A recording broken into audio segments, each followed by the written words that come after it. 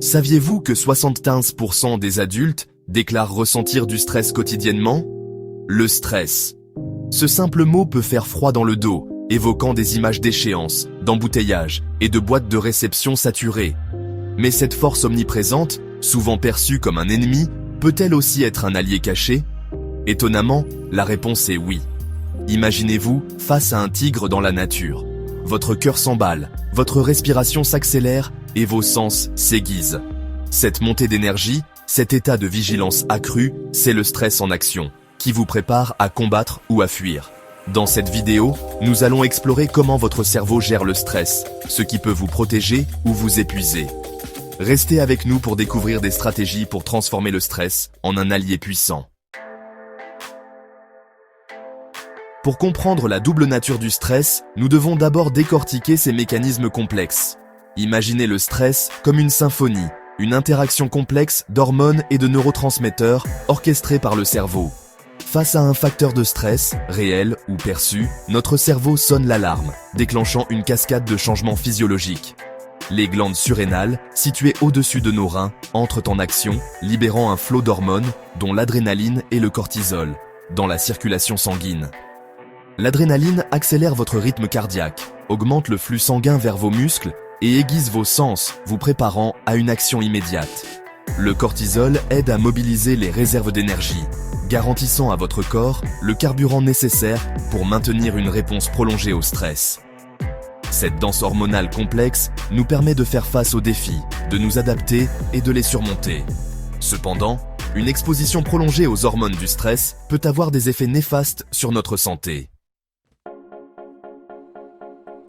Au cœur de cette réponse complexe au stress se trouve le cerveau, le chef d'orchestre de notre orchestre interne. Au sein de cet organe complexe, un trio de structures interconnectées, l'amygdale, l'hippocampe et le cortex préfrontal, jouent un rôle essentiel dans la façon dont nous percevons, traitons et réagissons au stress.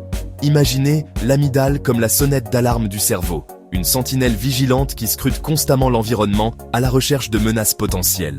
L'hippocampe agit comme le centre de la mémoire du cerveau, un répertoire de nos expériences, positives et négatives. Enfin, le cortex préfrontal, le centre exécutif de notre cerveau, intervient, apportant une voix de la raison au milieu du chaos. Cette région hautement évoluée nous aide à analyser les situations, à réguler nos émotions et à formuler des réponses appropriées. Au plus profond des lobes temporaux de votre cerveau se trouve l'amygdale, une petite structure en forme d'amande qui joue un rôle démesuré dans notre expérience du stress. Cette région cérébrale ancienne est notre première ligne de défense contre le danger, responsable du déclenchement de la réaction de combat ou de fuite. Imaginez l'amygdale comme un détecteur de fumée, perpétuellement en état d'alerte maximale, à la recherche de signes de danger. Lorsqu'elle détecte une menace potentielle, elle déclenche une cascade de changements physiologiques, libérant un flot d'hormones qui préparent votre corps à l'action.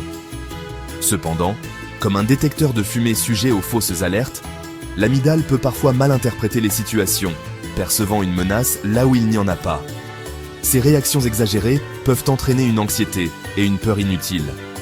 De plus, la réactivité de l'amygdale peut être amplifiée par des expériences passées, notamment celles impliquant un traumatisme ou un stress chronique. Hippocampe. Souvenir dans le labyrinthe du stress. À côté de l'amygdale se trouve l'hippocampe, une structure en forme d'hippocampe qui joue un rôle central dans notre mémoire et notre apprentissage. Contrairement aux réactions rapides de l'amygdale, l'hippocampe opère avec une touche plus nuancée, contextualisant nos expériences et façonnant notre perception du stress. Imaginez l'hippocampe comme un bibliothécaire, cataloguant méticuleusement nos souvenirs, banals comme importants. Face à un nouveau facteur de stress, l'hippocampe entre en action, le comparant aux expériences passées et influençant notre perception de la menace. Si une situation particulière évoque des souvenirs de triomphe passés, l'hippocampe aide à atténuer les sonnettes d'alarme de l'amygdale, réduisant notre réponse au stress. Inversement, si un facteur de stress déclenche des souvenirs de traumatisme passés, l'hippocampe peut amplifier notre peur, perpétuant un cycle d'anxiété et d'évitement.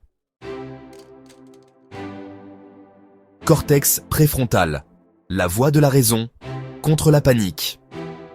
À l'avant de notre cerveau se trouve le cortex préfrontal, siège de nos fonctions cognitives supérieures. Cette région joue un rôle crucial dans la gestion du stress en apportant une voix de la raison. Imaginez le cortex préfrontal comme un chef d'orchestre, orchestrant nos pensées et actions.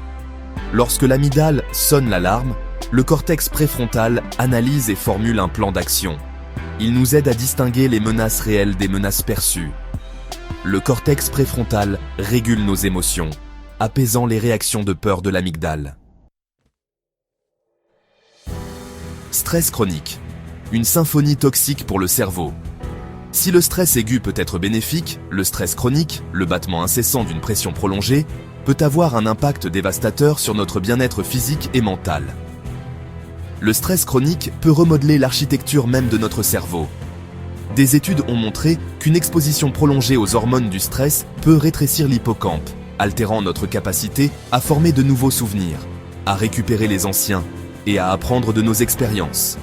De plus, le stress chronique peut perturber le délicat équilibre des neurotransmetteurs, entraînant une augmentation des neurotransmetteurs excitateurs comme le glutamate, qui peut endommager les cellules cérébrales, et une diminution des neurotransmetteurs calmants comme la sérotonine et la dopamine, contribuant à l'anxiété, à la dépression et à l'insomnie.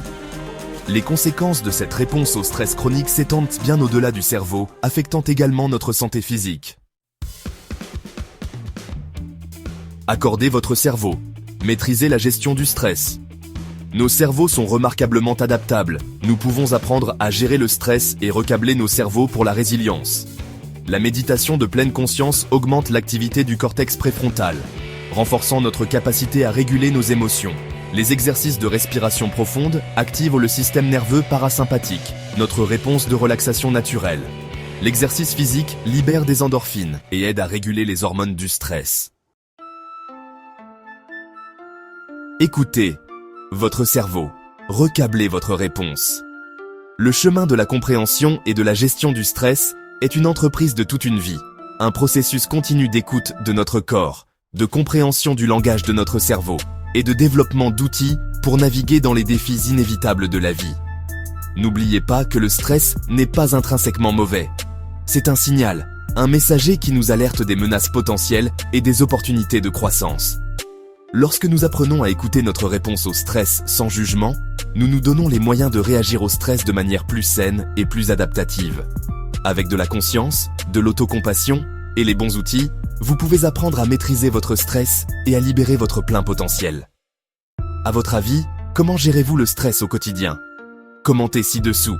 Si vous avez apprécié cette vidéo, n'oubliez pas de liker, de vous abonner et de partager.